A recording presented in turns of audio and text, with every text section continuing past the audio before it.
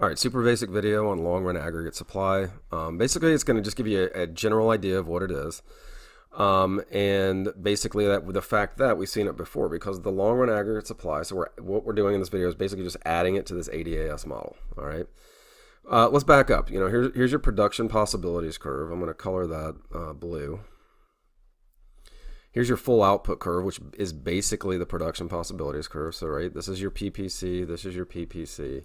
Well, your long run aggregate supply as well is your production possibilities curve. It's going to show you full output, full potential output. So all we're doing is we're taking the production possibilities curve and we're putting it on the ADAS model.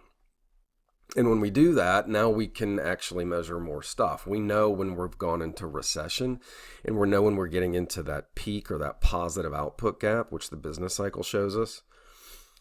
And essentially, it allows us to just simply tell the same story we already know on the production possibilities curve and on the business cycle. So let's work with it, and I think it'll kind of become clear what it does when you see me work with it. All right, so let's say that aggregate demand decreases. Consumer spending and investment spending may be decreased for whatever reason, putting us here.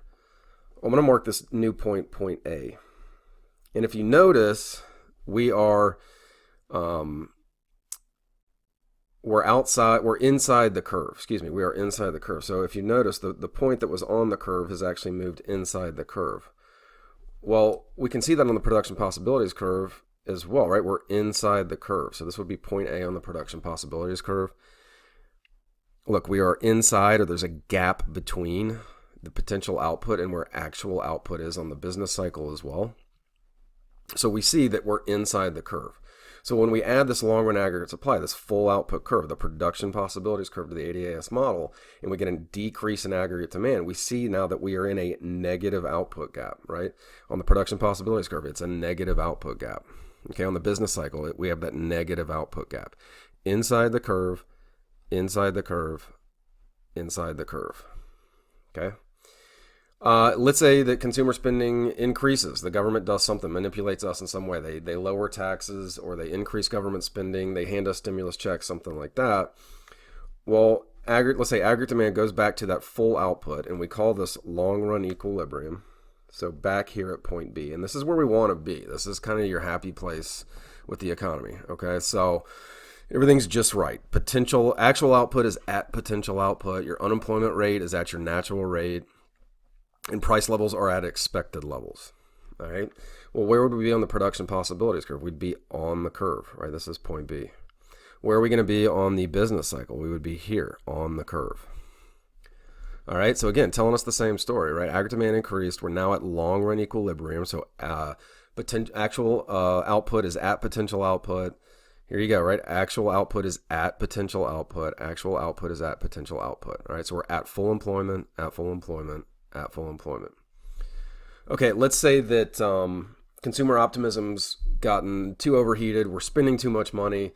Businesses are expanding like crazy. And we end up out here. I'm going to call this AD2. All right, and now aggregate demand and aggregate supply are intersecting outside the curve. I'm going to call this point C. And I'm going to take this and I'm going to translate it over to my production possibilities curve. And I bet you already can figure out where this is going to end up, right? We're going to end up outside the curve, right? So this would be point C. Okay, so look, I'm outside the curve, right? Outside the curve. And where am I going to be on that business cycle? I'm going to be out here in a peak, all right? Now, you may think to yourself, well, isn't this where we want to be? Well, we want to get here, yeah, for sure. We want economic growth, but this is not sustainable. So as we've said on the production possibilities curve, like, this is unattainable and impossible, and it really is, because what's going to happen is this economy is going to self-adjust and come back to that long-run aggregate supply. It's going to come back to that full output, or that potential output. It can't sustain this. So it can't operate outside its production possibilities curve. Yes, it's still unattainable, but in reality, you can be there for a minute. Your economy will self-adjust.